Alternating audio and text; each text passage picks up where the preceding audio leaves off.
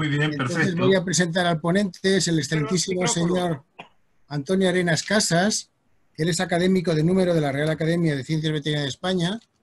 Además es catedrático de Sanidad Animal de la Universidad de Córdoba y en la actualidad es miembro del comité, me imagino que se llamará COVID-19 de la Junta de Andalucía. Y nos va a hablar sobre la gestión de la crisis del COVID-19, otra perspectiva. Así que doy la palabra al doctor Arenas.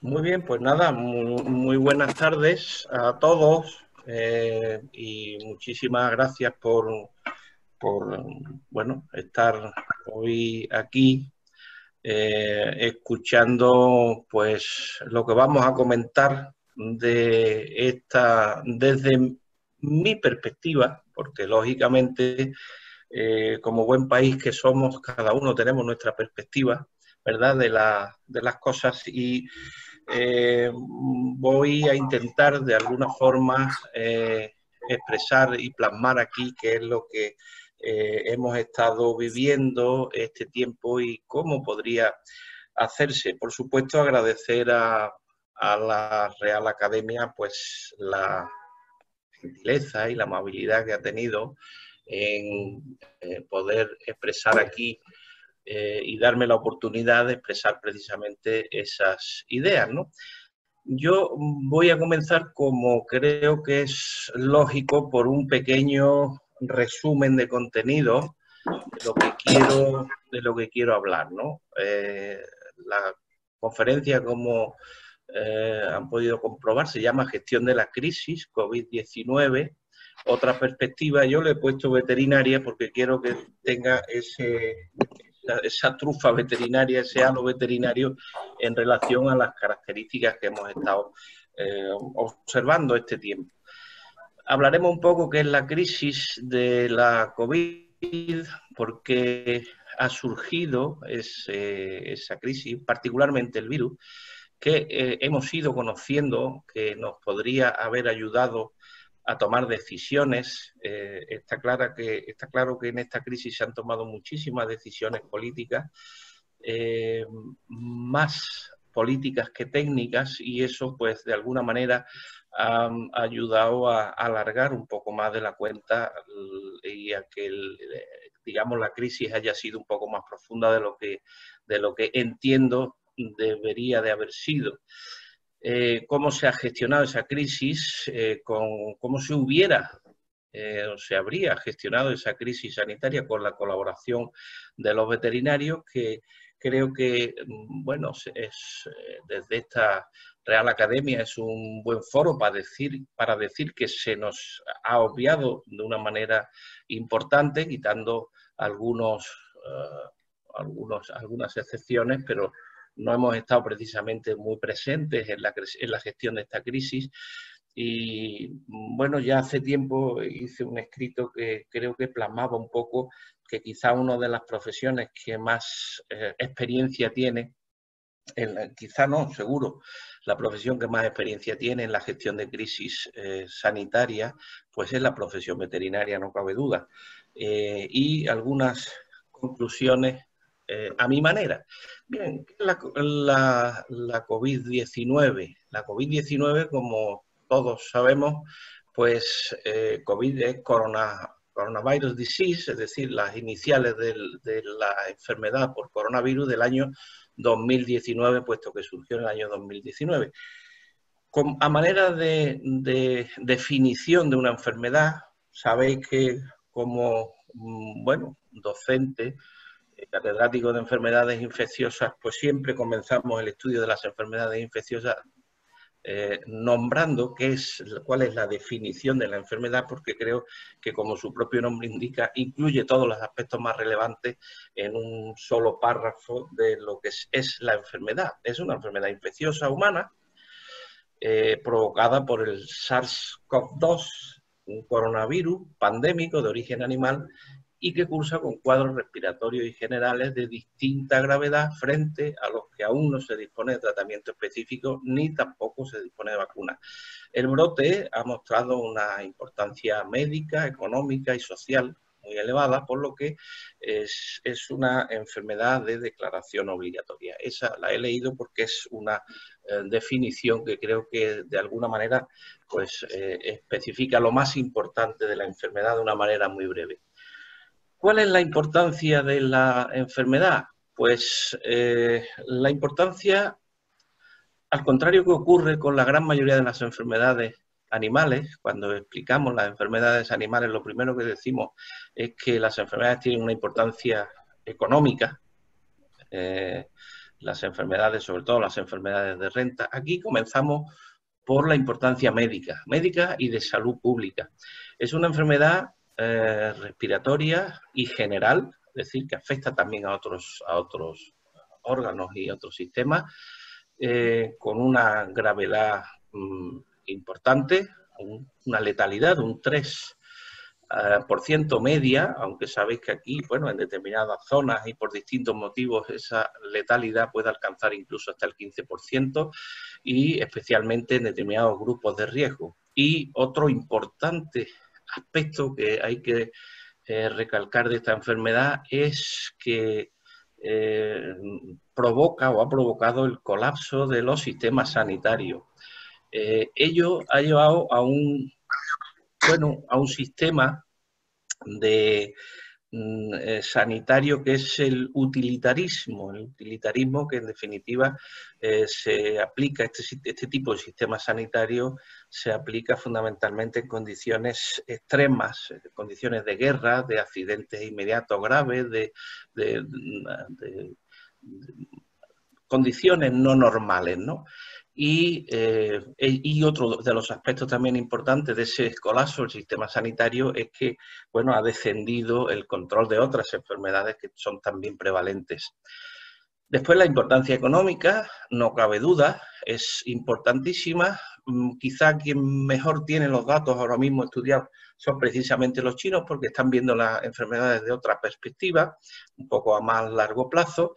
Y bueno, ahí tenéis algunos datos que creo que son interesantes. En España, por ejemplo, se ha estimado una repercusión sobre el Producto Interior Bruto de entre un 12 y un 15% para el año siguiente. De todas maneras, en este gráfico podemos observar en este estudio las peores condiciones o las mejores condiciones, pues se está viendo que puede ir desde una no recuperación de la economía, una no recuperación económica en las peores condiciones de efectos secundarios y en las peores condiciones también de diseminación del virus y de respuesta de la salud pública, hasta, bueno, un rebote importante de esa economía. Por lo tanto, todavía no sabemos el alcance económico, pero no cabe duda que está teniendo y que va a tener muchísima trascendencia económica esta enfermedad. No cabe duda que hay que buscar aquí otro tipo de importancia, como es la importancia social, el empobrecimiento familiar, sobre todo de aquellas familias con pocos recursos y con economías de subsistencia, etcétera, pues que realmente lo están pasando muy mal, y después otros aspectos sociales como el distanciamiento social, al cual pues no estamos muy acostumbrados, la bioprotección, los sistemas de bioprotección, como el uso de mascarillas, etcétera. Antes era enormemente raro ver una persona con mascarilla por la calle, sin embargo hoy pues prácticamente es al revés, el que no lo vemos con mascarilla pues encima casi lo criticamos, ¿no? La disminución de eventos de todo tipo, etcétera. La importancia sociosanitaria muy trascendente porque habla de la salvaguarda de la vida humana, pero también de los medios de vida, que está costando bastante trabajo, ¿no? Y la importancia epidemiológica. Debemos recordar que inicialmente esto era una zoonosis y que por distintos motivos, pues este coronavirus ha dado el salto de especie, ese temido salto de especie, por lo tanto, generar esa zoonosis. ¿Cómo y por qué ha surgido la COVID? Esta pregunta nos ayuda también a responder otra pregunta que ha sido muy recurrente últimamente, que es la teoría de la conspiración. mucha gente está diciendo, incluso ha salido en la prensa, hay muchos políticos, que efectivamente se trata de un virus que ha sido creado con determinados fines, ¿no? Fines espurios. Bueno, los virus necesitan células vivas para vivir, eso lo sabemos todos. Su intención precisamente no es hacer daño al hospedador, pero sí es verdad que necesitan las células que tiene el ordenador para multiplicarse y por lo tanto pues las destruyen y las matan. El hospedador se defiende poniendo en juego distintos mecanismos fundamentalmente inmunológicos, con lo cual intenta destruir al virus. Claro, esto hace que el virus tenga la necesidad de buscar nuevos hospedadores. Eso es lo que se conoce con el nombre de contagio, que ese contagio es la esencia pura de las enfermedades infecciosas. Tanto es así que si no hubiera contagio no habría enfermedades infecciosas. Por lo tanto, esto es fundamental. Pero claro, el virus no debe matar al hospedador. No debe matar al hospedador porque en ese caso pues se quedaría sin hospedador y se quedaría sin transmisión. Si el virus baja la virulencia, bueno, el hospedador mataría al virus y le costaría salir del hospedador, le costaría esa transmisión. Si aumenta su virulencia al objeto de poder salir, en ese caso matará al hospedador y tendrá la misma dificultad para salir del hospedador y transmitirse. Por eso los virus deben estar siempre en continua evolución, deben de ir readaptándose continuamente al objeto de poder encontrar nuevos hospedadores y mantener ese estatus en el cual le provoque, si es posible, no provocarle enfermedad y que el virus pueda permanecer, pues perfecto. Ese sería el estatus fundamental en los reservorios naturales de los virus. Ahí es donde el virus realmente se mantiene bien y en buenas condiciones. Ahí es donde encuentra el equilibrio, pero claro, siempre hay problemas. ¿Dónde evolucionan los coronavirus? Pues fundamentalmente de las 2.505 cepas que se conocen, que están en las bases de datos, las 2.500, el 90% o más del 90% se han aislado a partir de murciélagos. Es decir, que sabemos que los murciélagos son los hospedadores naturales de estos virus. También las aves, fundamentalmente gamma y delta coronavirus, pero los alfa y beta coronavirus, que son la gran mayoría, pues se mantienen en los murciélagos. ¿Por qué los murciélagos? Bueno, los murciélagos, todos sabemos, forman grandes colonias. Esas colonias son bastante promiscuas en cuanto a etología de esos animales que están continuamente interfiriendo unos con otros, etcétera. Y bueno, el contagio ahí es enormemente fácil, pero además el murciélago tiene una particularidad, y es que una particularidad inmunológica, y es que no tiene una fuerte reacción inflamatoria, con lo cual los virus se multiplican con mucha facilidad, puesto que una de las principales funciones inmunológicas, sobre todo la inmunidad no adquirida, pues precisamente se fundamenta en eso, en la reacción inflamatoria, ¿no? Ese bajo nivel de respuesta inflamatoria del sistema inmune de los murciélagos, junto con esa costumbre que decimos tan promiscuas etológicamente hablando, pues resulta que los hacen unos reservorios pues ideales para este tipo de virus.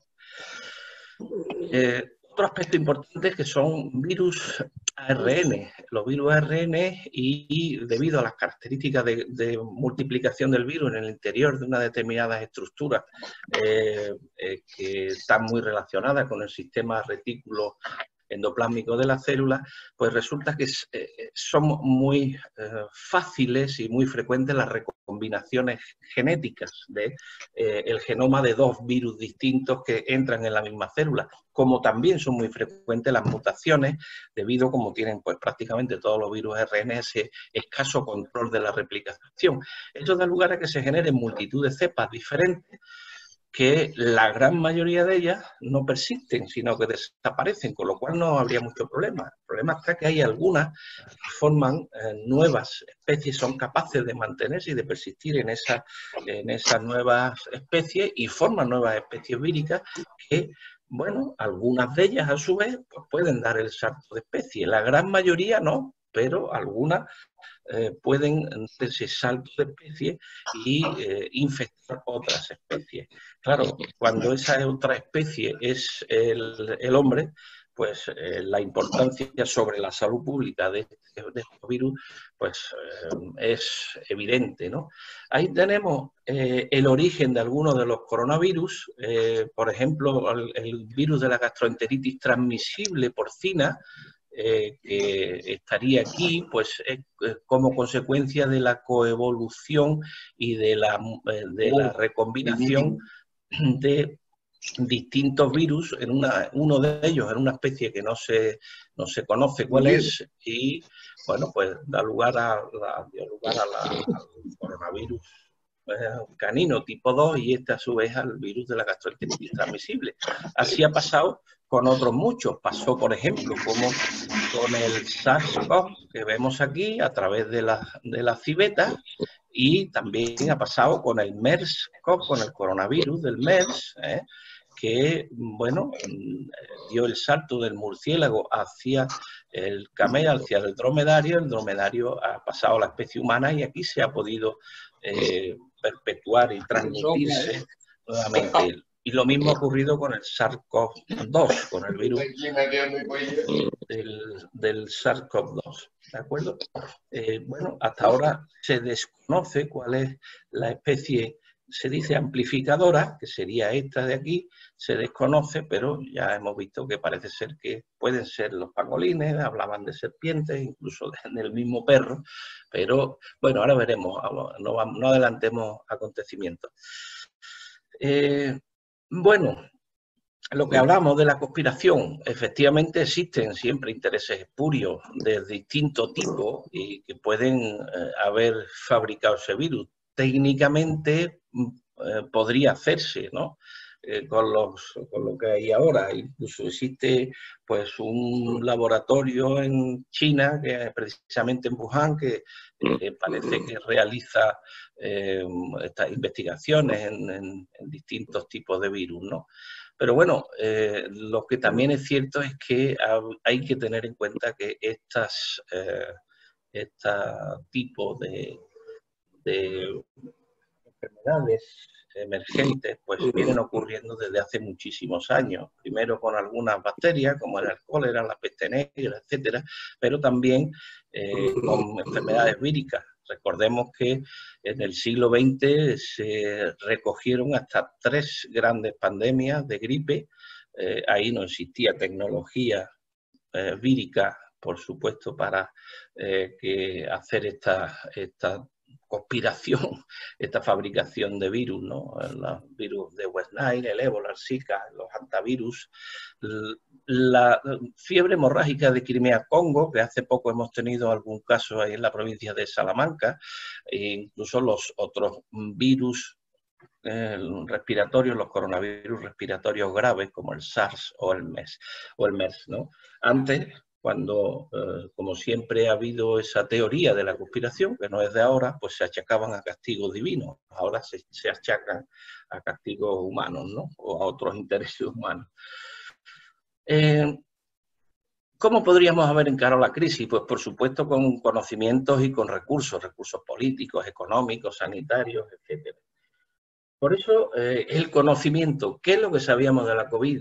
En enero de 2020, bueno, pues inicialmente era un virus que desde desde mediados de noviembre ya se venían dando algunos casos.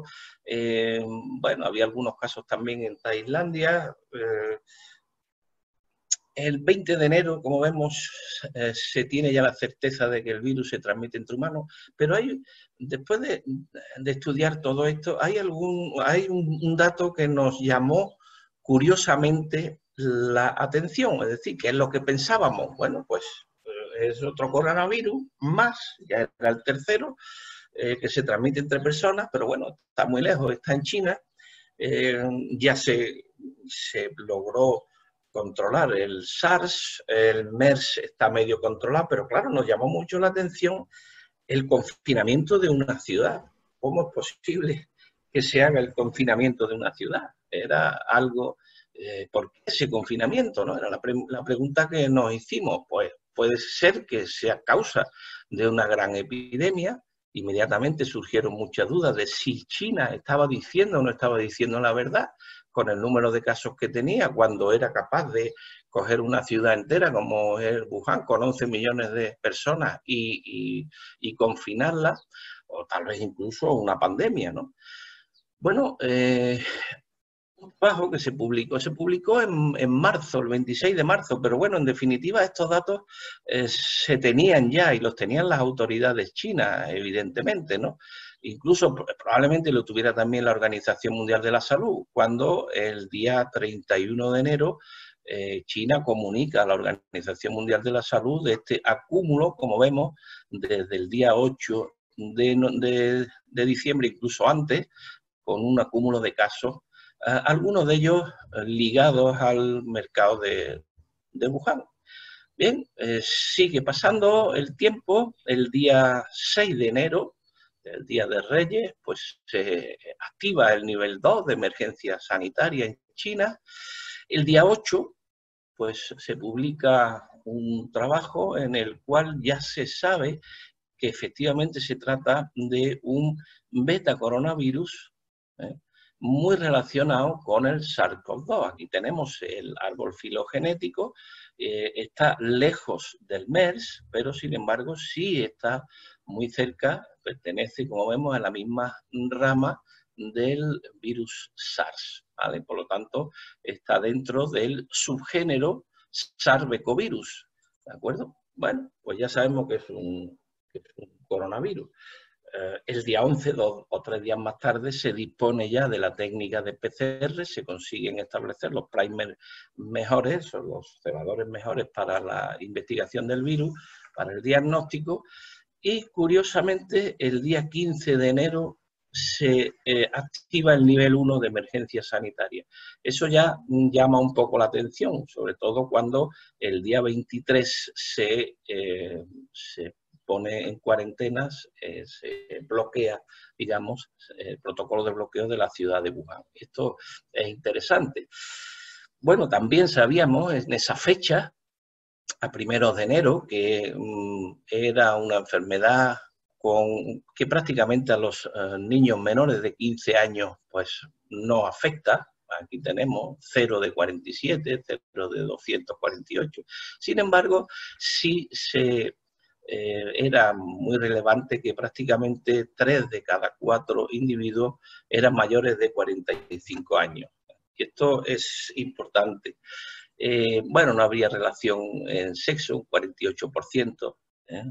Sin embargo, sí se notó claramente entre el 12 y el 22 de enero que habían aumentado considerablemente hasta un 7% los infectados de las personas que tenían, que son trabajadores de la salud, ¿no? Trabajadores sanitarios, ¿no? Personal sanitario, en definitiva. Esto sí se vio y esto ya era preocupante porque daba idea un poco del carácter de infección nosocomial en muchas ocasiones. Y bueno, inicialmente hasta un 64% de los infectados tenían relación, más de un 64%, vamos, tenían en relación con el mercado de exposición, con la exposición en los mercados de abasto, los mercados húmedos chinos que todos conocemos, y esto fue disminuyendo conforme iban pasando el tiempo, precisamente porque había infecciones, reinfecciones persona a persona. Esto se llegó a determinar el día 24 de enero, que se determinó que efectivamente no solamente era una infección que tenían los trabajadores y el personal relacionado con el mercado de Wuhan, sino también que había una transmisión persona a persona. Bueno, nos preguntamos mucho, bueno, ¿y qué sabemos del nuevo coronavirus? Del nuevo coronavirus sabíamos, bastante poco, evidentemente. Lo que sí se sabía y se sabe bastante es de otros coronavirus. En concreto, teníamos conocimiento del virus de la bronquitis infecciosa aviar del año 1931, es decir, que es un viejo conocido nuestro y llevamos muchos años explicándolo en clase. Se sabe bastante de la patogenia, de todo lo relacionado con la etiología, el diagnóstico, el control de la enfermedad, la patogenia, etcétera. El virus de la gastroenteritis transmisible del año 1946, el de la peritonitis infecciosa felina de los años 70, y en los años 60 y 70 se lograron aislar gran cantidad de virus. Fue desde luego el boom del reconocimiento del aislamiento de los virus y por lo tanto pues se lograron aislar bastantes virus, ¿no? Y hasta el año 2009 que, como sabemos, surgió ese delta coronavirus porcino que pues tiene su interés también en la industria porcina. Ya a finales de enero, el día 28, se determinó cuál era la tasa de letalidad del virus y también cuál es la transmisibilidad, el factor R sub 0, ¿verdad? Y bueno, se estimó, aquí lo vemos mejor tal vez en este gráfico que he realizado, ¿no? En el cual pues vemos que quizá el virus no es de los más transmisibles, tienen 1,4, 2,5, modificó un poco la previsión inicial que se hizo en esta época tan temprana, ¿no? Pero está entre 1,4 y 2,5. Hay otros virus que tienen una mayor capacidad de transmisión que el... Y ese mismo día, el día mismo 28 de enero, pues se determinó cuál era el receptor fundamental donde se unía el virus, que era en humanos la AC2. Es importante porque siempre en estos virus es la subunidad S1 de la proteína espicular la que se fija al receptor celular y la subunidad S2 es la que se funde con la membrana celular, y distintos virus pues tienen distintos receptores, ¿no? Algunos pues tienen, sobre todo los alfa coronavirus, tienen la aminopeptidasa, el virus de la gastroenteritis transmisible, el de la peritonitis infecciosa felina, el coronavirus canino, etcétera. Todos estos, pues su receptor fundamental es la aminopeptidasa. Sin embargo, el virus de SARS y muchos beta-coronavirus tienen la ACE2, la enzima convertidora de la angiotensina. Hay otros, como el MES, que tiene la dipeptidilipeptidasa, incluso otros, los receptores del ácido siálico, como le pasa al virus de la gastroenteritis transmisible, a pesar de ser un alfa coronavirus, pero como los virus de la gripe, que también utilizan ese mismo receptor. Es decir, que como vemos, pues ya se sabía también que era un virus que tenía esa afinidad por la AC2. El día 1 de febrero ya se informa del primer caso en España, curiosamente, fue un viajante. A mediados de febrero, por no ser excesivamente pesado con los datos, pero bueno, ya sabíamos que era una enfermedad altamente contagiosa. En cuestión de 45 o 50 días llevábamos ya casi 70.000 casos. Y los casos sobre todo se duplicaban cada semana, esto es importante. Sabíamos la amplia capacidad de dispersión, afectaba ya a 29 países, sobre todo de Oriente, vamos, de Asia, de China, Vietnam, Corea, etcétera, de Sudeste Asiático, incluso Oceanía. Ya estaban tocados prácticamente todos los continentes, de los 5 continentes, Egipto, como vemos, también pues algunos países de Europa. Esto, esa alta contagiosidad y esa capacidad de dispersión geográfica pues ya preocupaban. También se sabía que estaba asociada a los viajes, aquí los tenemos, en que, bueno, de alguna manera, gran cantidad de estos nuevos contagios que se producían, pues tenían una historia previa de viaje. Era una enfermedad grave, fallecieron un total para esa fecha, el 15 de febrero de 1526, es decir, que la tasa de letalidad entonces total era del 2%. No se conocía tratamiento, únicamente tratamiento compasivo con antivirales, a ver qué es lo que se podía hacer por no dejar a las personas sin tratar, lógicamente, no se dispone de vacunas y era muy probable, y esto era una especulación, pero que es totalmente lógica, que no existiera inmunidad colectiva, como sigue sin existir prácticamente, que siga esa amplia dispersión geográfica, puesto que las medidas de control que podrían aplicarse no se estaban aplicando y preocupaba mucho el descontrol que podía producirse en otros países con escasos recursos en materia sanitaria. El 18 de febrero ya conocimos que el virus, estos beta coronavirus del virus del SARS-CoV-2, que entonces era todavía nuevo coronavirus 2019, estaban enormemente relacionados, como vemos, con el murciélago, y que era probablemente de dónde proceden, pero es que también con un 99% de probabilidad, también fijaros que el Manis javanica, que es el pangolín de Malasia, pues estaba también este virus que venía aislándose de manera sucesiva desde el año 2017, es decir, que ya hacía 2 o 3 años que se venía aislando este tipo de virus, estos virus del pangolín, incluso aquí algunos más también. Es decir, que están estrechamente relacionados con murciélagos y con pangolín. Por eso se habla de que probablemente sea el pangolín esa especie amplificadora, pero no está todavía, o esa especie de adaptación, pero no está todavía bien determinado. A primeros de marzo había 87.900 casos, 2.900, con una tasa de letalidad del 3,3% y un incremento de la incidencia acumulada de 17.524 casos. ¿Y en España qué pasaba?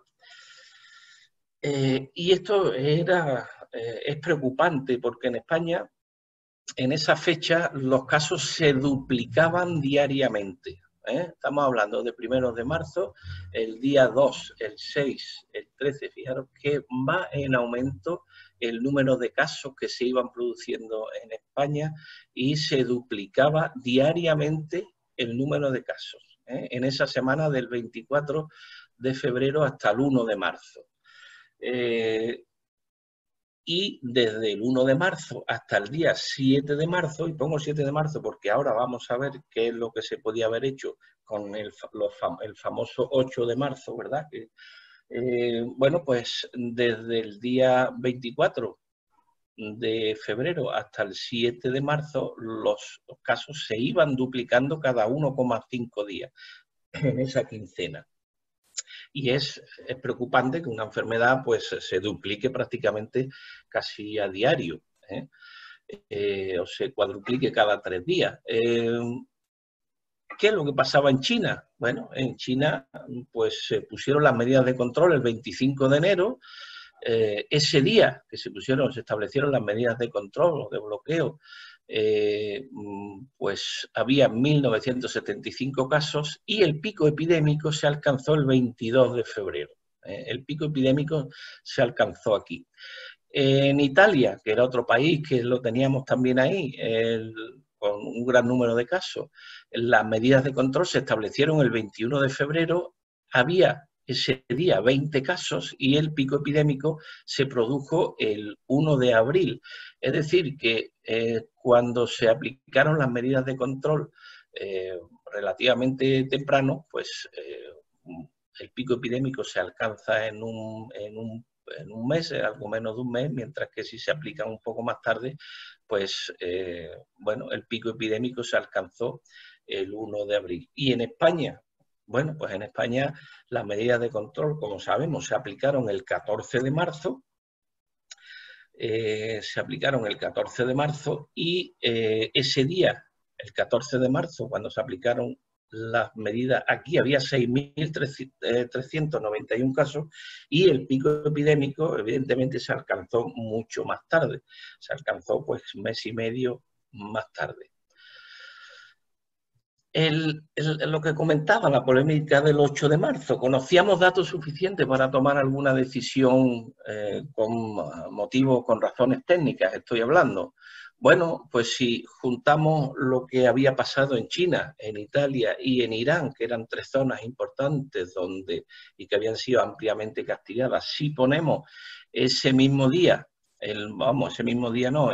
con aproximadamente el mismo número de casos en un día, que estaban entre 20 y 80 días, o 60, perdón, entre 20 y 60 días, bueno, China eso lo tuvo el día 1 de enero de 2020, Italia lo tuvo el 21 de febrero, Irán el 22 de febrero, España lo tuvo el 7 de febrero, con esos 20 casos. Es decir, que iniciaríamos, como vemos aquí, la curva si establecemos en el mismo punto de inicio, con el mismo número de casos, los 4 países.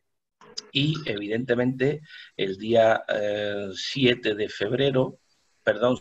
marzo, que sería el 9º día de evolución, podemos apreciar que la curva, lo previsible era que hubiera seguido esta que está aquí, pues en intermitente, ¿verdad? Sin embargo, la curva nos engañó un poco porque siguió mucho más alta, como podemos observar, ¿no? Pero lo que sí era previsible era que fácilmente podíamos establecer que la curva, la tendencia de la curva iba a ser esa en España. El 7 de marzo en China había 80.000 casos, en Irán y en Italia había 5.800 casos y en España 520 y tantos. Es decir que, bueno, alguna idea podíamos haber tenido. El día 16 de febrero se publicó por parte de la Organización Mundial de la Salud en China, pues unas recomendaciones para países con casos importados de COVID-19, como era el caso de España, que teníamos 525, y bueno, se recomienda activar el nivel más alto de los protocolos nacionales de salud pública, priorizar la búsqueda activa de casos, educar al público y decirle de la gravedad de la COVID, ampliar la vigilancia. Y hay el quinto punto que dice, que es importante también, es que la Organización Mundial de la Salud recomienda medidas aún más estrictas para interrumpir las cadenas de transmisión, como la suspensión de reuniones a gran escala, el cierre de escuelas y lugares de trabajo. Esto se hizo, se sabía desde el día 6 que se publicó, el día 6, no, el día 5 que se publicó, y bueno, pues prácticamente no se le hizo mucho caso, ¿verdad? Hasta el día 14 de marzo, que fue cuando se estableció el bloqueo en España. El 18 de marzo, aquí tenemos que se sabía cuál era se publicaron algunos trabajos con la resistencia del coronavirus del SARS-CoV-2, ¿verdad? Pues bueno, la resistencia en cobre, en acero, también en cartón y en cartón era esto, no, en plástico y en tarjetas de crédito, ¿no? Y también en aerosoles. Bueno, pues como veis, fluctúa entre en este caso, pues son horas, entre las 4 horas, las 48, 72 horas, las 24 horas, etcétera. Bien. También otro aspecto que es interesante y que el otro día tomamos la decisión aquí en el Comité de Seguimiento del Coronavirus en Andalucía, que es hacer un seguimiento precisamente de las aguas de desecho, de las alcantarillas, para conocer de una manera rápida y mediante técnicas de PCR sensibles, conocer por barrios pues dónde existen casos activos de la enfermedad, ¿no? Es decir, que esto es un trabajo que se publicó el 30 de abril y que, bueno, pues se está aplicando actualmente en Andalucía. ¿Cómo se habría gestionado la crisis sanitaria con la colaboración veterinaria? ¿Hubiera sido distinta o no? Seguramente hubiera sido mucho más rápida. ¿Por qué? Pues por distintos motivos. Inicialmente, la Organización Mundial de la Salud define la pandemia como la propagación mundial de una nueva enfermedad. Realmente es una definición que no me gusta en absoluto porque técnicamente en epidemiología la definimos como una epidemia, es decir, una pandemia es una epidemia que se extiende por zonas, por amplias zonas geográficas en un corto periodo de tiempo. Y definimos también la epidemia como la presentación de un número de casos de una determinada enfermedad por encima del nivel esperado. Así, pues un solo caso puede ser una epidemia y muchos casos pueden que no lo sea, ¿no? Es decir, que el listeriosis, pues eso lo establecen los sistemas de vigilancia epidemiológica de las zonas, ¿no? De los países. En el caso de la listeriosis, pues tenemos aquí que 90, 100 casos, 120 casos de listeriosis, pues no necesariamente tenemos que hablar de epidemia. Sin embargo, cuando se nos presentó en el año 2019 los 266 casos en pocos días en Andalucía, que recordaréis todos, pues efectivamente eso se trata de una epidemia. Y lo mismo ocurre con la gripe, que están las tasas de entre 200 y 300 casos por cada 100.000 habitantes, pues no tienen por qué ser indicios de epidemia. Pero claro, esto es un tema que nos llama mucho la atención y es que la Organización Mundial de la Salud declaró la COVID como pandemia el día 11 de marzo de 2020, el día 11 de marzo de 2020. Había 119 países afectados ya y había 118.000 casos de la enfermedad. En España nada más había 2.128 casos en España.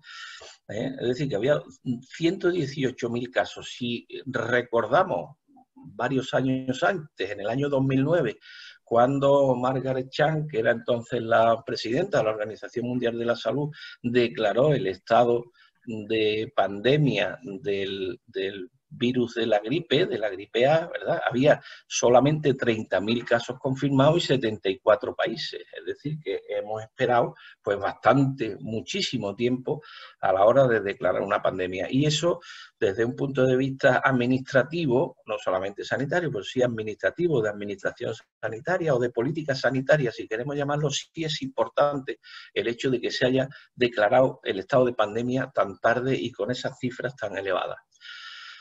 ¿Recordáis esta diapositiva que la habíamos puesto antes, que conocíamos de la enfermedad el día 15, ¿no? Que era altamente contagiosa, que se había distribuido? Bueno, pues si eso mismo, y aquí hay muchos veterinarios que están en el campo y que pueden ver, si nosotros imaginamos eso mismo en una enfermedad animal, es decir, una enfermedad con unos 70.000 casos en poco más de un mes que afecta a 29 puestos y unidades veterinarias locales, que es la unidad nuestra, ¿no? Pero afecta a 29 con una alta capacidad de dispersión y una elevada tasa de letalidad, que no se conocen vacunas, etcétera.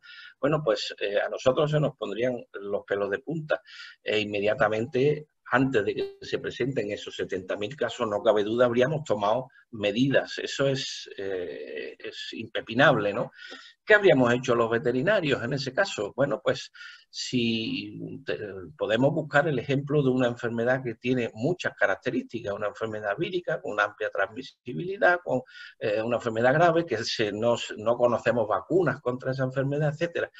¿Qué es lo que se hace, ¿no? Es decir, y eso no tenemos que ir improvisando sobre qué es lo que tenemos que hacer, sino que lo tenemos más que escrito, tanto en el manual práctico aquí en España como también en la organización, la FAO e incluso la Organización Mundial de la Sanidad Animal, la OIE, también nos lo dice claramente.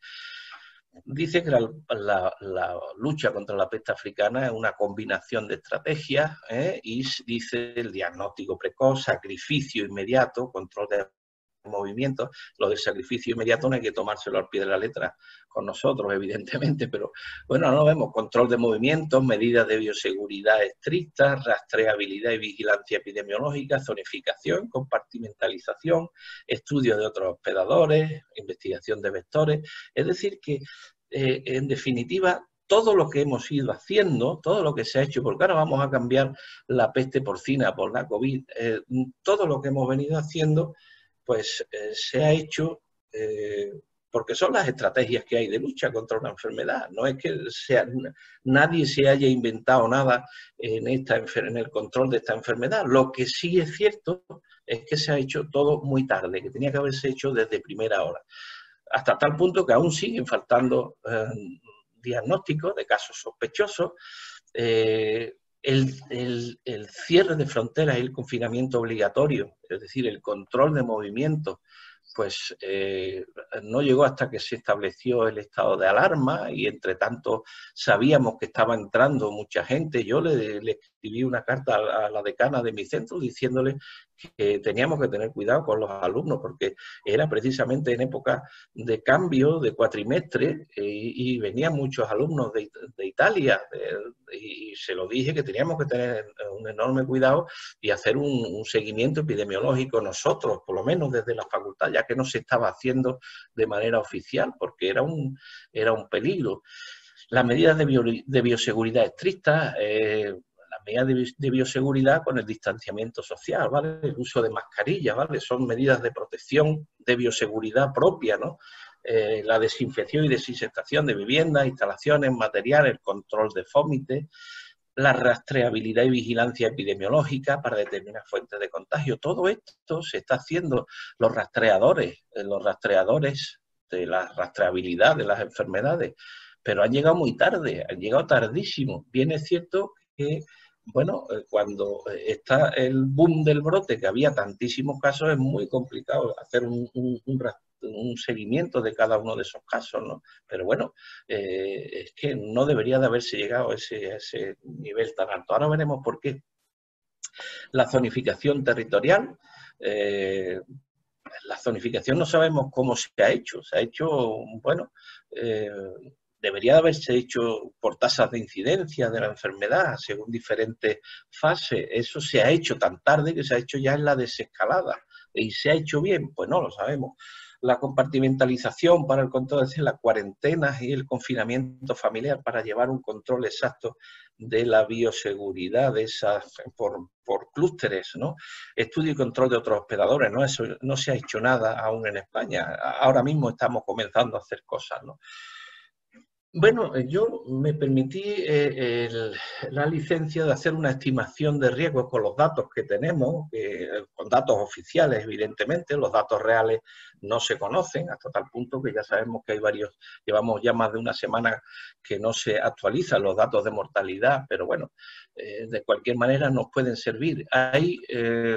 Yo escogí 51 países que están aquí, de los 5 continentes, esos 50, se eligieron esos 51 países porque eran los países que tenían los datos más consistentes, ¿no? Porque los datos se recogieron también del Worldometer, se recogieron la fecha del primer caso en el país, la fecha de implantación de las medidas de bloqueo, eso se recogieron de aquí de la BBC, que los tiene recogidos, el número de casos que había el día del bloqueo, el total de casos que había el 9 de junio pasado, que fue cuando hice el estudio, las muertes totales contabilizadas a 9 de junio, el total de recuperados y la población de cada país. La población de cada país es importante porque los datos que hemos estudiado no son datos absolutos, sino que son datos relativos en relación con por millón de habitantes. ¿Por qué? Pues por homogeneizar un poco todos los datos. Bueno, no es lo mismo un país como por ejemplo pueda ser China, que tiene 1000 y pico millones, 1500 millones de habitantes,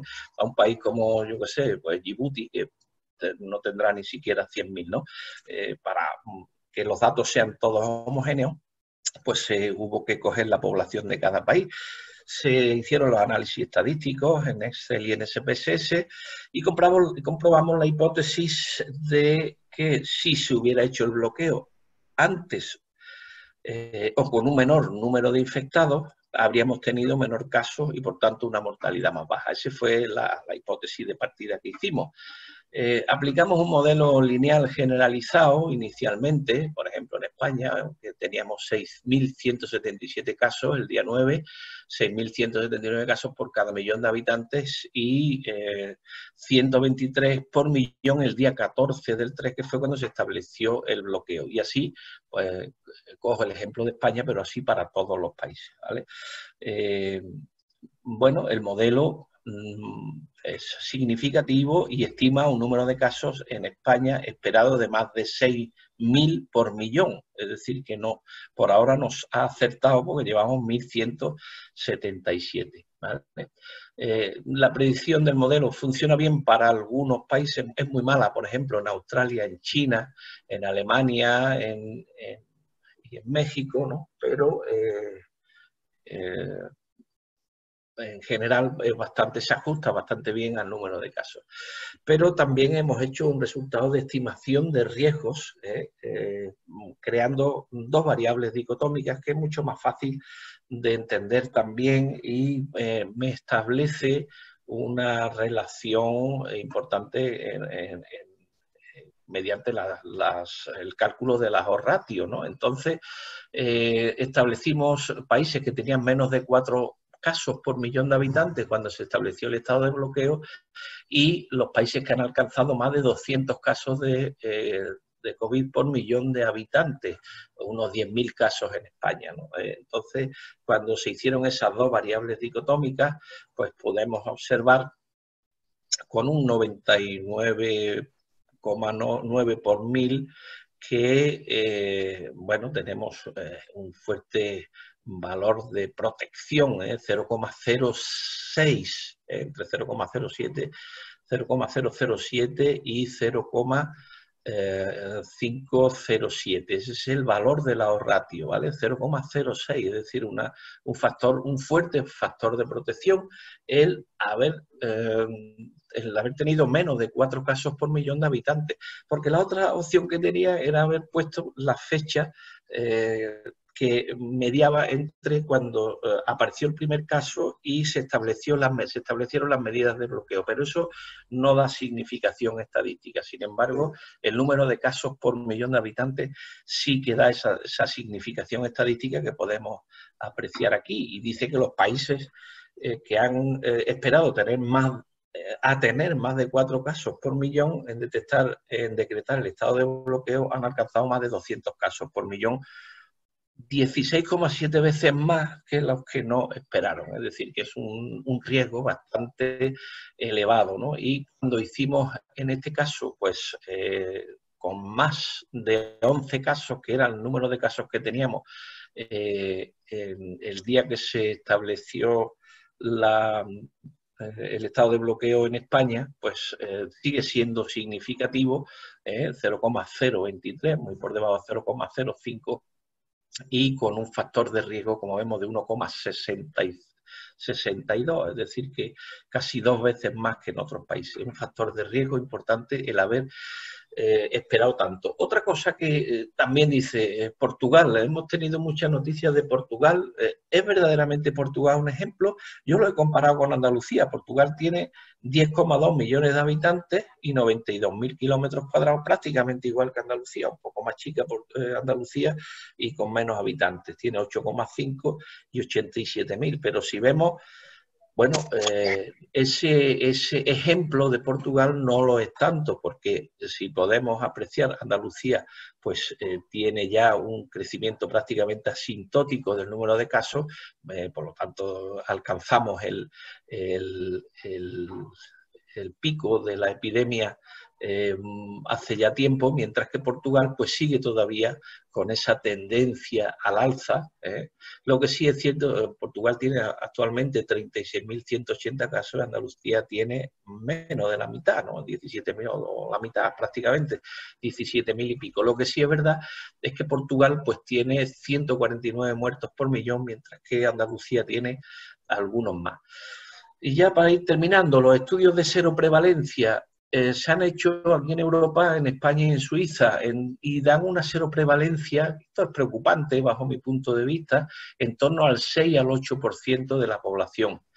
Está claro que ese 6-8% están diciendo que las medidas de confinamiento han sido muy efectivas y han reducido considerablemente el número de casos, sobre todo, como bueno, se puede apreciar, pero también es verdad que la inmensa mayoría, es decir, más del 90% de las personas, pues no tienen, por emplear un término más exacto, evidencia de infección pasada, lo cual no quiere decir a lo mejor que carezcan de inmunidad, pero casi muy probablemente quiere decir que carecen de inmunidad, porque como sabéis la inmunidad pues está compuesta por muchos factores, pero probablemente más del 90% carecen de inmunidad. Y esto es un tema preocupante porque como se relajen mucho las medidas de bioseguridad, que será lo más probable cuando empiece a haber pocos casos y la gente comience a interrelacionarse,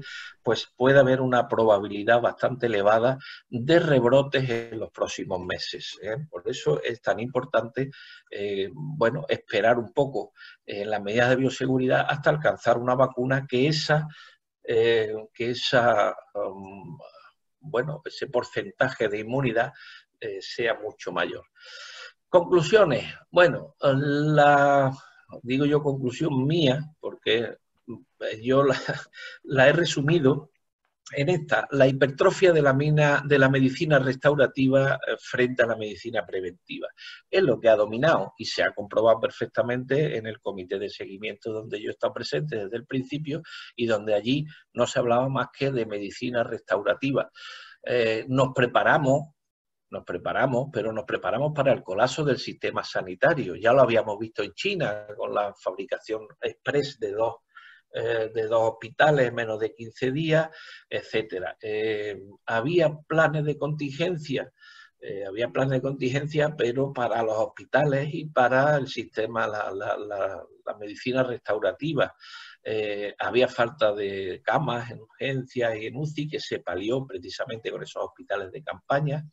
Había una falta de previsión, y esto es importante, una falta de planificación de provisiones de recursos y materiales, personal sanitario y epidemiólogos. Es que había y hay 17 sistemas sanitarios. ¿Son necesarios esos 17 sistemas sanitarios? Ahora se ha comprobado que son un problema más que una solución, bajo mi punto de vista. Por eso sigo insistiendo que son conclusiones mías. Había falta de provisiones de test de diagnóstico y de laboratorios que los realizaran. Aquí hemos dado una batalla, los veterinarios también, precisamente porque podíamos haber hecho bastante más diagnósticos con nuestros laboratorios. ¿Se usaron todos los recursos? Pues muy probablemente no. Los materiales EPI de protección individual, tenemos que tener en cuenta que tenemos el personal sanitario, 1 de cada 4 casos de COVID, por su rango de edad, lo ha sufrido el personal sanitario en España. Tenemos la tasa más elevada de personal sanitario infectado, ¿no?, de infecciones nosocomiales del COVID. Es un dato muy preocupante.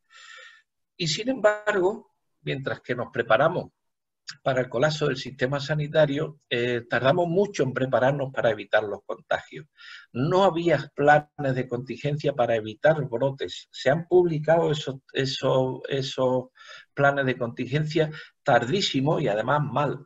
La política sanitaria que se ha realizado ha sido siempre improvisada y tardía. La prueba más clara de ella es que el Real Decreto, el 463 de 2020, que es el que decreta el estado de alarma, de 14 de marzo, se publicó en el BOE del 14 de marzo, pero a las 23:30 horas de la noche. Es decir, que siempre muy tardío y muy improvisado, y salía con muchas dudas por parte de casi todos los sectores. La información pública ineficiente. Nos dedicamos o se dedicaron precisamente a decir que las noticias que salían eran que llegaban a través de Internet y de los teléfonos móviles eran bulos, eran noticias falsas, pero no se hizo una buena intervención pedagógica y dando noticias y creando lugares de los cuales pues se pudiera informar de una manera fidedigna a la población. El control de movimiento y de personas, que también se hizo muy tardíamente, y las medidas de bioseguridad y protocolos para centros sociosanitarios, particularmente los centros de mayores, centros de un especial riesgo, y en las medidas de bioseguridad, los protocolos, bueno, pues ahora se los están echando a la cara. Es decir, ha habido un excesivo intervencionismo político en vez de técnico en esta crisis de la COVID. Y otra buena conclusión, y ya para terminar, pues se ha comprobado la infección natural de perros, gatos, hurones, bisones, tigres y leones. El resto de las especies parecen ser refractarias a la COVID. Solo los gatos y los bisones mantienen la excreción vírica durante varios días, pero siempre por inoculación experimental. Y los animales, podemos asegurar que los animales no suponen un peligro epidemiológico para el mantenimiento de la infección. Y ya yo he finalizado. Así que si tenemos alguna duda o preguntas, pues a vuestra disposición estoy.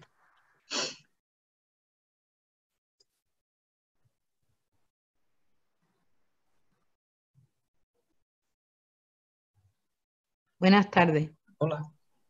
Yo quería preguntarle, ¿usted cree que habrá un rebrote? ¿Esa es la pregunta? Esa es la pregunta. Categórica, Es que yo no soy de ciencia, me ha encantado la conferencia, le doy la enhorabuena, no soy de ciencia, lo que pasa es que por motivos de salud de un familiar mío, mi hijo, pues estoy muy interesada en el tema. Muy bien. Pues nada, probablemente lo habrá por las razones ya las he explicado un poco, y es que, bueno, la inmunidad colectiva o inmunidad de rebaño, como se dice habitualmente, ¿verdad? No es excesivamente amplia en la población, y eso quiere decir que, y el virus sigue estando presente y sigue circulando dentro de sus posibilidades, porque claro, a un virus le cuesta mucho trabajo transmitirse, contagiarse, si a este virus en concreto, que se transmite precisamente por las secreciones y excreciones respiratorias, le cuesta mucho trabajo si estamos lejos y si tenemos algún sistema de mascarilla o que impida esa transmisión. Siempre que la transmisión se vea dificultada. Por su exposición, que ha sido muy pedagógica y la hemos entendido perfectamente.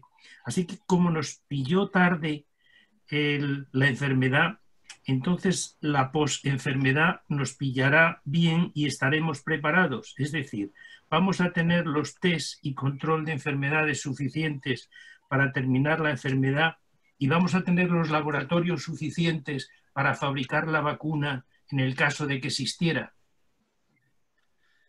Bueno, esa pregunta es complicada. Se nota que Salvio tiene experiencia en preguntas. Bueno, agradezco vuestra sincera agradecimiento, valga la redundancia, pero es que es muy complicado, porque los que estamos acostumbrados a hablar en auditorio, pues siempre miras la cara a varios de los presentes, ves si se están enterando, vas modificando un poco, digamos, modulando el nivel que quieres aplicar, pero aquí sin ver cara, pues era más complicado. Por eso me he ido y como sé que tengo algún auditorio también familiares que querían oír también un poco sobre esto, pues resulta que he intentado modular un poco, ¿verdad?, el nivel de la exposición. Yo, pues me alegro mucho de que os haya gustado. En relación a las preguntas, son enormemente complicadas. Son enormemente complicadas porque el hecho de que bueno, inicialmente casi todo lo que me has preguntado son más cuestiones políticas que técnicas en sí, ¿no? Porque que se compren vacunas, que haya material necesario, que los laboratorios se vayan a emplear, teóricamente debería de hacerse, pero no es que debería de hacerse, es que debería de estar hecho hace ya mucho tiempo. Y sin embargo, pues no se ha hecho, ¿no? O se ha hecho tarde, que es digamos, el pero que tenemos que ponerle a la gestión de esta crisis, entre otras, ¿no? Se está haciendo todo muy tarde y todos sabemos que en control de crisis sanitaria, en control de epidemias, el ir por detrás de la enfermedad es exactamente igual que en un incendio. O vayas por detrás del fuego, te coge siempre. Y en este caso, pues exactamente igual, ¿no? Que va a haber técnicas de diagnóstico, esperemos que haya suficiente, ya va habiendo más, como hay menos casos, pues ya va habiendo más. Que los laboratorios que existen o que hay, también es cierto que quizá lo que estaba produciendo el cuello de botella en los momentos más críticos de la crisis fue precisamente la extracción del ácido nucleico. Porque claro, es mucho más complicado de lo que producía ese cuello de botella. Yo sé que ya se están comprando muchos sistemas para la extracción automática, con lo cual eso, bueno, es otro paso más que tenemos. Yo creo que ya no vamos a necesitar echar mano de otro tipo de laboratorio que no sean los laboratorios normales de medicina humana, ¿no? Pero que sí se podían haber hecho, claro.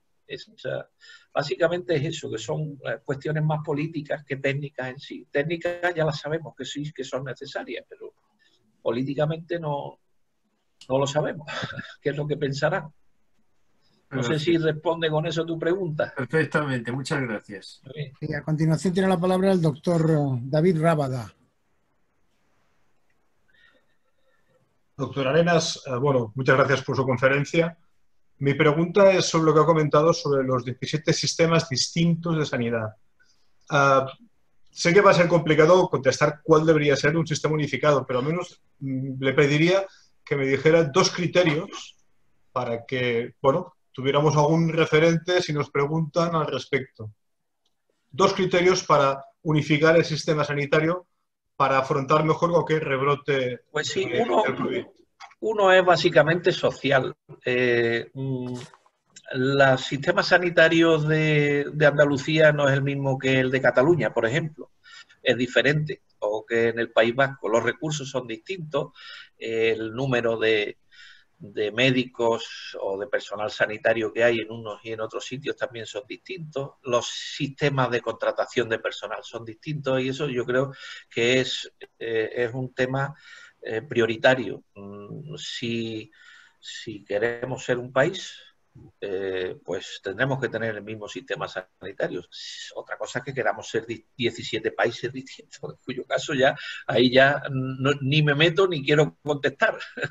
Pero ese yo creo que es un criterio importante. Y bueno, aquí ha habido un sistema dentro de lo que sería nuestro comité de expertos. Hemos tenido una serie de discusiones y supongo que en otros sitios habrán tenido otras discusiones también distintas, ¿no? Los problemas son distintos, pero yo creo que el criterio ante un caso que no entiende de fronteras, como le ocurre a estas enfermedades y a esta en concreto, pues creo que es importante que se hubieran seguido un solo criterio desde primera hora. Es mi opinión, claro. Muy bien. Doctor Alberto Montoya. Hola, buenas tardes. Gracias, presidente. Antonio, vamos, ha sido mi luz los días más de la pandemia. El concepto este de One Health no se lo cree ni el que lo inventó, sobre todo para los veterinarios. O sea, lo que ha faltado en esta crisis ha sido precisamente criterio veterinario, que es lo que tú has dicho. Las tonterías, los veterinarios no decimos tonterías ni de letalidad, ni el R0 es el día de 0 muertos. sabemos lo que es un pico de contagio, no decimos el COVID, en fin, no aplanamos curvas, no desescalamos, o sea, no, todas estas tonterías que no, ni los que escalan desescalan, ni los ingenieros aplanan curvas, porque les he preguntado cómo se aplana una curva y no ha habido ningún ingeniero que me sepa decir eso. Sabemos lo que es los guantes, las mascarillas, y EPI no es el amigo de Blas, era otra cosa, ¿no? Porque es que ha sido una cuestión de desinformación, pero yo creo que los criterios políticos han influido en esa desinformación, han jugado a esa desinformación, ¿no? Entonces, pues los días tristísimos, pues cuando yo te oía hablar era la única cosa autorizada a la que creía y hablabas con criterio científico y lo escribías y lo mandabas. Y eso ha sido muy importante y ha sido una baza para nosotros. Lo que más me preocupa de lo que has dicho, estando de acuerdo prácticamente con todo lo que dijiste, es el tema de inmunidad. Háblame más de inmunidad, porque claro, si la inmunidad natural parece que está fallando, la inmunidad que cogen los enfermos parece que no es buena, ¿qué va a pasar con las vacunas? Bueno, no, la inmunidad sí es buena. La inmunidad, que es teóricamente lo que sabemos hasta ahora de esta enfermedad y lo que sabemos de otros coronavirus también, sí genera la infección por el virus, sí genera una respuesta inmune celular y humoral bastante aceptable, ¿no? El tema está que yo es donde dudo todavía un poco de las vacunas. Lo que se ha hecho con otros coronavirus, sobre todo con el SARS, que se intentó hacer vacunas, el problema que había va muy en relación con la propia patogenia de la enfermedad. Es decir, sabemos que la enfermedad tiene un periodo primario, que es inmediatamente después de la infección, en el cual pues se pone en juego todo el mecanismo de inmunidad inespecífica, ¿no? Hasta que aparecen los primeros anticuerpos. Cuando aparecen los primeros anticuerpos neutralizantes, al cabo de los 10, 12 días, pues en ese caso entra en una segunda fase la enfermedad, una fase de periodo postprimario, y en esa fase el problema que hay es que existe un desequilibrio importante entre las células inmunes, sobre todo linfocitos B, que desequilibran mucho toda la respuesta inmunitaria, generando eso que tanto se ha hablado de la tormenta famosa de citoquinas, ¿no? Es decir, aparece gran cantidad de interleuquinas y de la TFG, el factor de necrosis tumoral, el TFN, perdón, el factor de necrosis tumoral, etcétera, que generan una exacerbación de la producción de citoquinas y, por lo tanto, un aumento de células proinflamatorias que dan lugar de una manera tardía ya al proceso respiratorio grave. Es decir, que por eso la enfermedad aparece ya a partir de la enfermedad grave, me estoy refiriendo, aparece a partir de los 12 o 14 días y además muchísimo más grave que la infección inicial, ¿no? Y eso mismo parece que ocurre con las vacunas. Es decir, que cuando se aplica la vacuna y aparecen los primeros anticuerpos neutralizantes es cuando se desencadena ese proceso proinflamatorio que es el que genera la enfermedad. Entonces, claro, yo no sé si en las fases iniciales se están diciendo la verdad o no, porque lo que se sabe de otros coronavirus precisamente es eso, de otros coronavirus parecidos al SARS. En concreto el SARS y el MERS, los dos tienen ese mismo problema. Sin embargo, los coronavirus que afectan a animales, la gran mayoría de ellos no tienen ese problema. Es decir, que tenemos vacunas frente a muy distintos coronavirus, el de la bronquitis infecciosa, etcétera. Es decir, que el problema de la vacunación ahora mismo es complicado. ¿Que va a haber vacunas para todos? Como decía Salvio, pues los laboratorios tendrán que ponerse las pilas, evidentemente.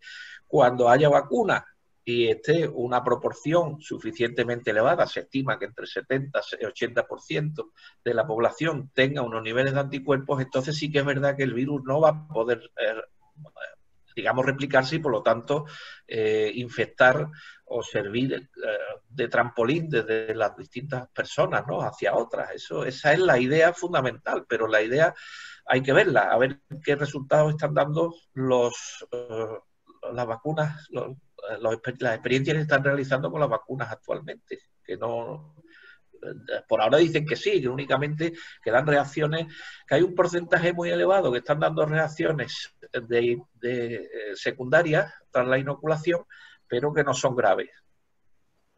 Vamos a ver. Muy bien. Tiene la palabra el doctor Moisés Vargas, Terán. Muy buenas tardes a todos. Hola. Doctor Arenas, felicidades por su presentación. Gracias. Mi pregunta va encaminada a lo siguiente. El COVID-19 actualmente ya se puede decir que es una enfermedad endémica y de distribución cosmopolita en todos los países. Sí. Por lo que mi pregunta se enfoca si usted considera conveniente el hacer programas internacionales, regionales, por área geográfica. Por ejemplo, para Europa, para Medio Asia, dado que los países tienen una constitución asimétrica en lo económico y en lo sanitario, como usted lo señaló. Me gustaría conocer su opinión. Gracias. Sí, totalmente de acuerdo. Sí, además no es la primera enfermedad con la que se hace. Hay otras muchas enfermedades que siguen ese mismo patrón y yo creo que debe de seguirse porque, como usted bien dice, las condiciones sociosanitarias y económicas de los países no son las mismas, ¿no? Yo no sé si cuando tengamos la vacuna, ¿cuánto costará? Y si son... De todas maneras, yo creo que ahora mismo existe una gran sensibilización por parte de los distintos organismos y debe de hacerse esa vacuna, hombre, a un precio razonable, ¿no? Pero evidentemente todo lo que sería el control de la lucha contra la enfermedad debe hacerse por zonas, sí. Muy bien. A continuación tiene la palabra el doctor Sorribas, Víctor Sorribas. Hola, buenas tardes. Hola. De Zaragoza. Enhorabuena al conferenciante. Muy interesante ha sido. Enhorabuena. Quería decir que además de habernos despreciado e ignorado a los veterinarios, también estamos los veterinarios e investigadores que también hemos sido doblemente despreciados. O sea, estos meses hemos estado ofreciendo todos nuestros equipos de termocicladores, real time, todo, y se nos ha ignorado del todo. Simplemente se nos pedía desde los hospitales que a ver, ¿quién tiene estos tubos? ¿Quién tiene estos microtubos? ¿Quién tiene tal producto tal reactivo? ¿No? Porque aparte, los hospitales trabajan con sistemas muy rígidos de protocolo y no se les ocurre cambiar un reactivo por otro que daría igual, pero como no es investigación, pues bueno, eso quería decirlo simplemente, que además si es veterinario investigador todavía nos ha hervido más la sangre. Luego la pregunta mía era cómo hacemos para, o si lo que se está haciendo ahora está bien para subir la prevalencia. Lógicamente, con el confinamiento que hemos tenido, solo faltaría que hubiéramos tenido un 70%, sería imposible, ¿no? Pero ahora, claro, tenemos por un lado, yo me llevé la mano a la cabeza cuando leí en el BOE que era obligatorio llevar cualquier tipo de mascarilla, ¿no? Con lo cual, eso me parece una barbaridad. Los grupos de riesgos tendrían que llevar una P2 o P3 para empezar, pero claro, los ancianos los ves con las mascarillas más baratas, con lo cual los pobres se la están jugando continuamente, las quirúrgicas. Y yo pienso que los que no somos de grupos de riesgo tendríamos que llevar simplemente el distanciamiento social para, yo qué sé, por lo menos intentar contagiarnos de forma patriótica con dosis bajas vírica y así subir la seroprevalencia, ¿no? Pero, claro, por otra parte, sí que para evitar tener el virus podemos sentarnos en una terraza de un bar. Ahí sí que está todo permitido, ¿no? En fin, esas cosas quería saber qué es lo que nos espera con este, o si está bien hecho, si estoy equivocado yo, o vamos a seguir con el 5%. Gracias. Bueno, yo espero que no, esperemos. Espero que ese porcentaje aumente por el bien de todos, evidentemente, ¿no? Pero prácticamente la respuesta está en la pregunta. O sea que ha hecho la pregunta prácticamente con la respuesta, ¿no? Y efectivamente es necesario, bueno, de alguna, o sería conveniente, teniendo en cuenta que, como ya se ha dicho aquí, la enfermedad es endémica, no cabe duda. Es decir, cuando permanece durante un gran periodo de tiempo en una población, pues estamos hablando de endemismo, ¿no?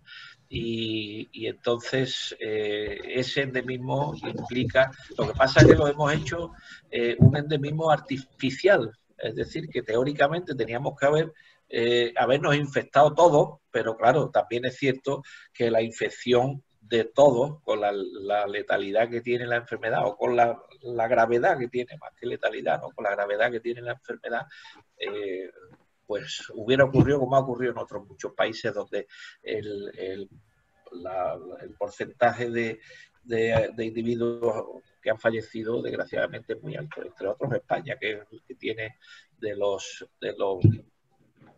la tasa de letalidad más elevada, ¿no? Pero bueno, sí, estoy de acuerdo en definitiva, pero que hasta que no aumentemos el número de individuos protegidos ya por inmunidad, pues va a ser siempre una espada de Damocles que está presente ahí, ¿no? Y la manera, pues, o bien es esperar la vacunación, a ver si llega pronto, o ese sistema que estamos hablando de vosotros que sois más jóvenes, pues interrelacionar más y crear ese nivel, ese estatus inmunitario necesario. Gracias. Ya no dejan ni hacer exámenes personales, o sea, es imposible subir la seroprevalencia.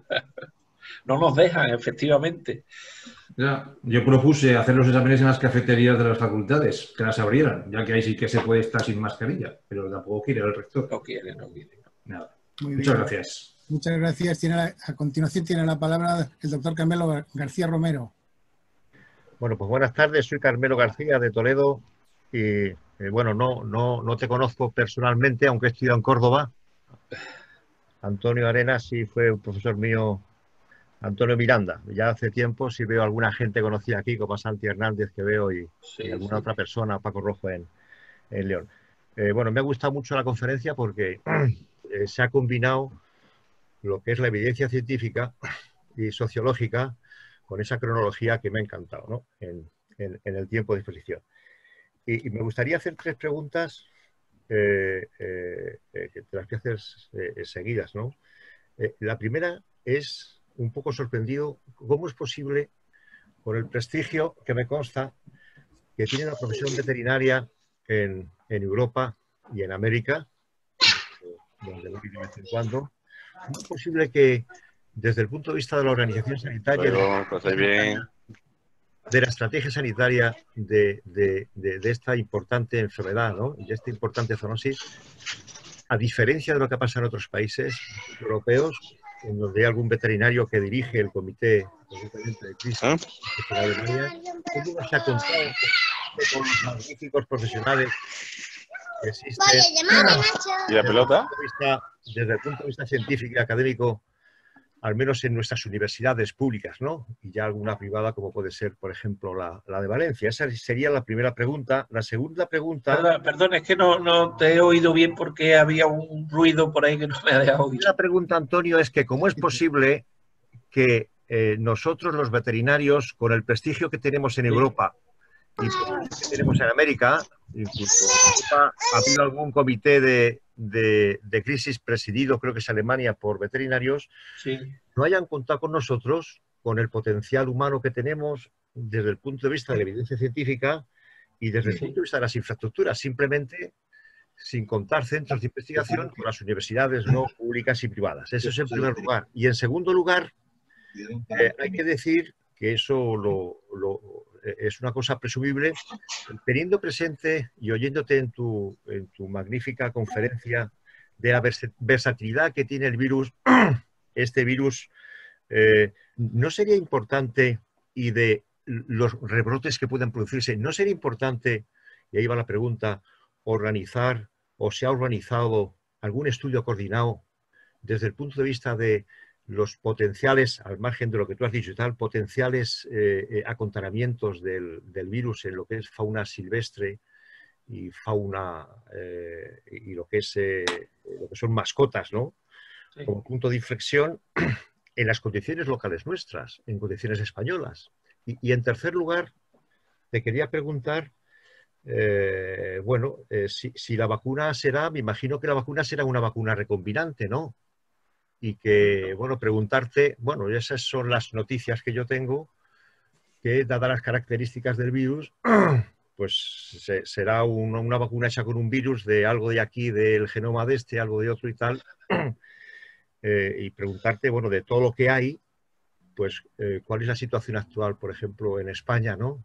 Que tenemos grandes avances científicos y tecnológicos en materias biomédicas y veterinarias, pues si hay algún lazo de esperanza, ¿no? Esas 6 preguntas. Sí. ¿Por qué el veterinario no?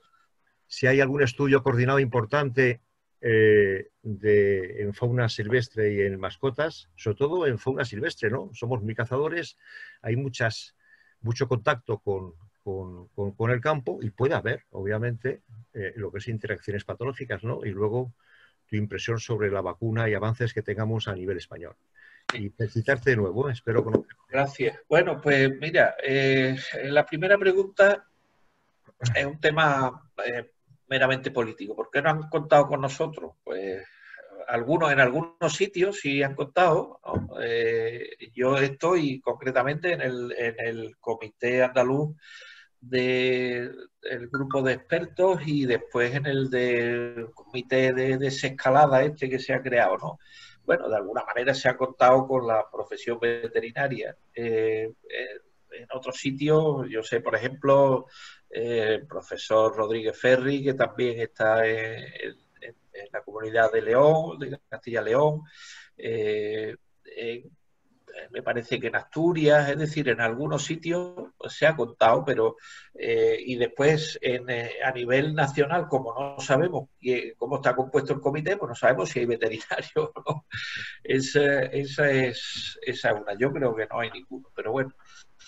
Después, en cuanto a los estudios coordinados en fauna silvestre, aquí se está comenzando ya, yo sé que desde el INEC, Cristian Gortázar y también Lucas Domínguez, desde Elizabeth, creo que se está haciendo algo. Nosotros aquí en Córdoba también estamos haciendo algo, pero desde un punto de vista coordinado es más complicado, ¿no? Y después, bueno, supongo que en Cataluña el equipo de Santiago Lavín o de algunos estarán haciendo algo también, no lo sé, si en Zaragoza probablemente Víctor pues nos podrá dar más luz al respecto, pero realmente yo creo que el problema ya lo hemos hablado aquí, entre otras cosas, y es que no nos han dejado trabajar. Mi facultad, mi universidad han echado las persianas y no se puede entrar siquiera. O sea que, y bueno, eso es un condicionante importante. Yo creo que a partir de ahora, aquí en España, ¿no? En otros países sí sé yo que se está trabajando, en China se está trabajando ya, en Estados Unidos llevan trabajando también bastante tiempo. Y la tercera pregunta que me hacías era el tema de las vacunas. Bueno, las vacunas, existen distintos tipos de vacunas y las que se están probando. Hay algunas que son vectorizadas, otras también que tienen, no sé si recombinantes habrá algunas, hay algunas que son atenuadas, es decir, que los modelos, cada escuela sigue su modelo y desconozco actualmente el estado actual en el cual se encuentran las vacunas. Sé que hay algunas que están ya en fase 2, pero no sé exactamente en qué condiciones están. Pues muchas gracias, Antonio. Muy bien, pues tiene la palabra a continuación el doctor Alfredo Montesniño. Bueno, muchas gracias, doctor, por tan brillante exposición. La verdad que me ha encantado. Y como usted expuso el problema que acaba de relatar de la ausencia de veterinarios, eso ha ocurrido también en América. ¿Cómo se podría trabajar para que las administraciones tuvieran este aporte tan valioso de nuestra profesión en una manera más sistémica? Es decir, no llegado al momento que algunos ocasionalmente. No sé, usted que está en el comité de crisis, ¿qué se podría hacer de aquí al futuro para que nuestra profesión tenga un lugar, no por nuestro prestigio personal o profesional, sino por el aporte que realmente podemos hacer a la comunidad? Es complicada la pregunta. Es complicada de responder porque habría que abordarlo, y en ello estamos también desde la organización colegial. Es complicado porque habría que abordarlo de distintos aspectos y la verdad es que son bastante complicados cada uno de ellos de manejar, ¿no? Está claro que el primero es la comunicación. La gente, la opinión pública debe saber cuáles son las funciones del veterinario y no las sabe. La gran mayoría de ellas la desconoce, con lo cual si a alguien le pregunta, a cualquiera que va por la calle, le preguntáramos que por qué tiene que haber un veterinario en el comité de expertos de COVID, pues probablemente te diga que no tiene que hacer nada allí, que no le ve. ¿Por qué? Pues porque desconoce cuáles son las funciones del veterinario y no sabe que la enfermedad, eso porque no se le ha explicado, entre otras cosas, tiene un origen animal, que tampoco sabe que cuando va al mercado y adquiere algún producto, previamente ha tenido que ser revisado por un veterinario, no lo sabe. Es decir, que hasta que nosotros no seamos capaces de decirle a la opinión pública, no de decírselo, porque decírselo se lo decimos cada 2 por 3, pero de que le llegue de una manera evidente a la opinión pública de que el veterinario es necesario en muchas funciones, pues hasta que eso no lo aprenda la opinión pública, no lo asimile la opinión pública, va a ser muy difícil que el veterinario esté ahí. Entre otras cosas porque el político no es más que un exponente de la opinión pública. No sabe de nada y entiende de todo, o mejor dicho, al revés. Y esa es la cuestión. Yo creo que, vamos, de hecho, el propio Fernando Simón, cuando le preguntaron por qué no tenía que estar un veterinario ahí, dijo que bueno, que ya, si eso, pues ya veríamos a ver. Si eso, ¿qué quiere decir si eso? Si eso, si eso. Bueno. Muy bien. ¿Alguna otra cuestión? Si les parece bien, si no hay ninguna pregunta más, pues vamos a proceder a la clausura de esta magnífica conferencia.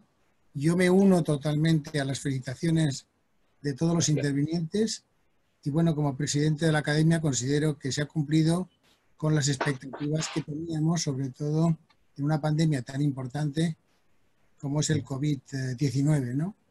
Lo más importante es, pues, lo que ha estado hablando, ¿no? De la importancia médica y de salud pública y del colapso de la sanidad y de los hospedadores del reino animal tan importantes, como ha dicho, que realmente, pues, en estos mercados de chinos, y concretamente el de Wuhan, habrá que regularizarlo todo, porque claro, importar alimentos ahora de China, habrá que pasar por una inspección in situ, posiblemente las autoridades europeas, ¿no? Porque no se podrá aceptar realmente pues este tipo, aunque el COVID-19 no va ligado a la alimentación, ¿no? Solamente es un tema. Pero sí el origen probablemente si fuera alimentario. Es decir que puede ser. Sí, muy probablemente sí, que no lo he puesto, lo tenía algo para hacer lo que pasa que claro, hay tantas cosas que hablar que he tenido que desechar muchas y una de ellas era esa, es que precisamente la profesión veterinaria no está en la inspección de los mercados en China, con lo cual muy probablemente si hubiera habido veterinarios, se hubiera cumplido con una normativa y en ese caso, pues si se cumple con esa normativa, muy probablemente el brote no hubiera, bueno, a lo mejor surge, pero no hubiera seguido adelante. Es decir, si no se mataran animales en los mercados, si no se despiezaran los animales en el mismo mercado, si no se cogieran los animales y se desuellan en el mercado y se les da con... Es decir, que el mercado no es un matadero y sin embargo allí sí. Eso creo que es fundamental, ¿no? Esa labor veterinaria hubiera hecho mucho en favor de que no apareciera el brote. Muy bien. La verdad es que las organizaciones internacionales e incluso la Comisión Europea ha dicho que no era una enfermedad de transmisión alimentaria. Es decir, que hay opiniones de todo tipo, ¿eh? Y incluso la OIE, porque la OIE Me ha llamado la atención que no hayas hablado mucho de sensibilidad de ciertas especies de animales en este momento, ¿no? Sí, bueno, es que he hecho el resumen en general de la importancia, sí, pero por ejemplo, hombre, quizá la especie más sensible y más preocupante actualmente sea el gato, ¿eh? El gato y particularmente complicado por la gran cantidad de gatos no controlados que hay en todas las ciudades. Y además que los gatos tienen un coronavirus que es bastante modificable genéticamente, que es el coronavirus felino, y que de alguna manera, aunque no pertenece al mismo género, pero podría recombinar con el COVID, con lo cual ya imaginaros la complicación que podría haber en una colonia de miles de animales que existen en una ciudad y que en un momento determinado pues recombine un virus con esos virus de felinos, ¿no? Eso sería bastante complicado. Hasta ahora lo más preocupante es eso, y después también lo que ha ocurrido al sur de Holanda, en la región de Brabante, que el tema... el único caso que se conoce actualmente de infección de coronavirus SARS-CoV-2 por un humano a partir de un animal, precisamente ha sido con el bisón. Pero claro, es una explotación de bisones para piel, en los cuales pues había una gran cantidad de polvo ambiental, etcétera, y parece ser que esa persona, ese trabajador, se ha contaminado como consecuencia de entrar en ese ambiente tan cargado de secreciones y excreciones respiratorias de los bisones, ¿no? Hasta ahora es lo único que se sabe así a ciencia cierta de zoonosis directa, es decir, de animal a persona. De persona a animal, todos los casos de animales que se han dado, pues prácticamente han sido como consecuencia de la infección por persona, claro. Y luego te quisiera felicitar por la valentía que has tenido pues, en dar opiniones personales, que para mí han sido muy importantes, sobre todo, ¿qué habríamos hecho los veterinarios en una situación de crisis si hubiéramos sido gestores directos de la situación, ¿no? Yo creo que ha quedado muy claro de que efectivamente los veterinarios tenemos formación en el campo de la epidemiología, en el campo de las enfermedades infecciosas, parasitarias, etcétera, y en consecuencia pues podemos hacer muchas cosas. Me ha agradado mucho la estimación del riesgo que has hecho, que creo que es bastante útil. Me imagino que lo habrás hecho para la Junta de Andalucía. No, lo he hecho para esto, ¿eh? Lo he hecho para, o sea, que sois los primeros que lo conocéis. Ya lo que quiero hacer, ya que veo que hay, bueno, bastante buenas valores de P, ¿no? Que son los que te indican, bueno, si existe o no existe significación estadística. Ya que veo que existe una buena significación estadística, tendremos que seguir por esa vía, investigando un poco más a ver, ¿no? Con esos datos. Lo que pasa es que, claro, no se puede uno fiar mucho de los datos oficiales, porque los datos oficiales ya hemos visto lo que son. ¿No? Claro.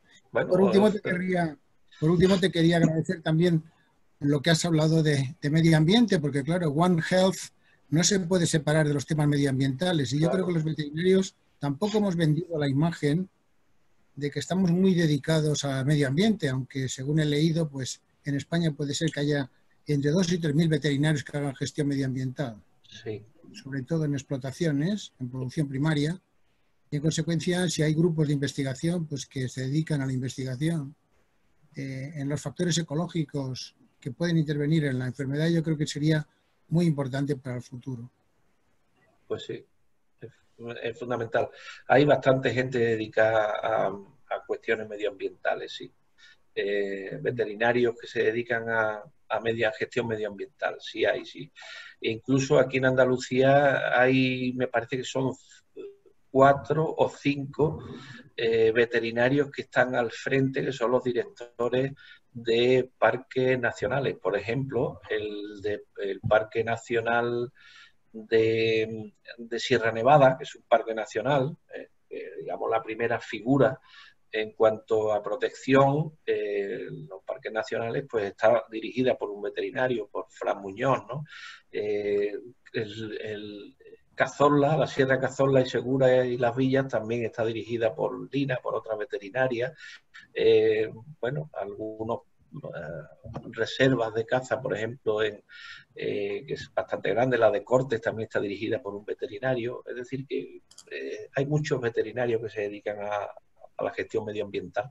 Nosotros desde nuestro departamento estamos llevando el plan de vigilancia epidemiológica de la fauna en Andalucía, es decir, que también, bueno, pues hay bastante relación, ¿no?, con estos asuntos. Muy bien, y nada más. Yo creo que hemos tenido una buena audiencia y quisiera agradecer por la presencia también de bastantes países de Iberoamérica que entran dentro de la Asociación Iberoamericana de Academias de Ciencias Veterinarias y concretamente algún académico que ha estado luchando durante mucho tiempo, que lo veo en pantalla, para que nuestras sesiones fueran transmitidas por esta vía virtual, concretamente el doctor Garza, que está presente, que le agradezco también su presencia. Y nada más, con esto vamos a clausurar y les reemplazamos para el próximo lunes, que tenemos la última conferencia del mes de junio. Y esperemos que podamos combinar la virtualidad con la presencialidad que tanto están hablando los docentes universitarios, ¿no? Que tan necesaria es la presencialidad. Pero muchísimas gracias, Antonio. Muchísimas gracias. Nada, muchísimas gracias a todos vosotros por vuestra atención y nada, ya sabéis, a vuestra disposición. Muy bien, muchas gracias, Antonio. Bien. Felicidades. Felicidades. Muchas gracias. Felicidades. Muchas gracias, felicidades. Felicidades.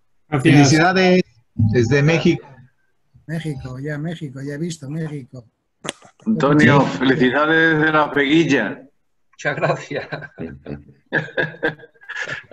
Bueno, y ha chateado mucha gente dándote las gracias y felicitaciones por la magnífica conferencia.